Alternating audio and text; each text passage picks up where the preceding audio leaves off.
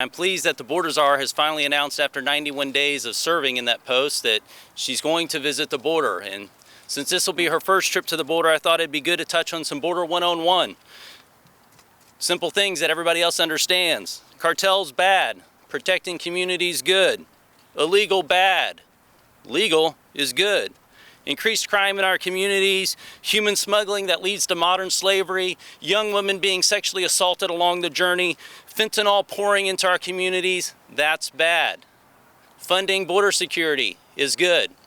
And let's understand the difference between, sadly, the state and the federal. I can tell you that just recently, some weeks ago, about 10 minutes from my house, our local sheriff deputies apprehended a known human smuggler who, once they got looking into the data at the scene, recognized they had connections to MS-13 and ISIS, something we should all agree is in the bad column.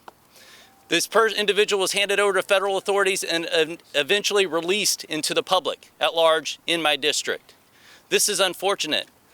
2 weeks ago, we were at the border and talking to Texas DPS officers who apprehended a couple of cartel members who were toting some drugs into our nation. And the cartel members were kind of cutting up and laughing until they recognized that they were apprehended by the state officials and would face state charges and not be released into the public. This is the difference it makes when states can stand up and defend their constitutional obligations to protect their communities. We need to see that from the federal government as well.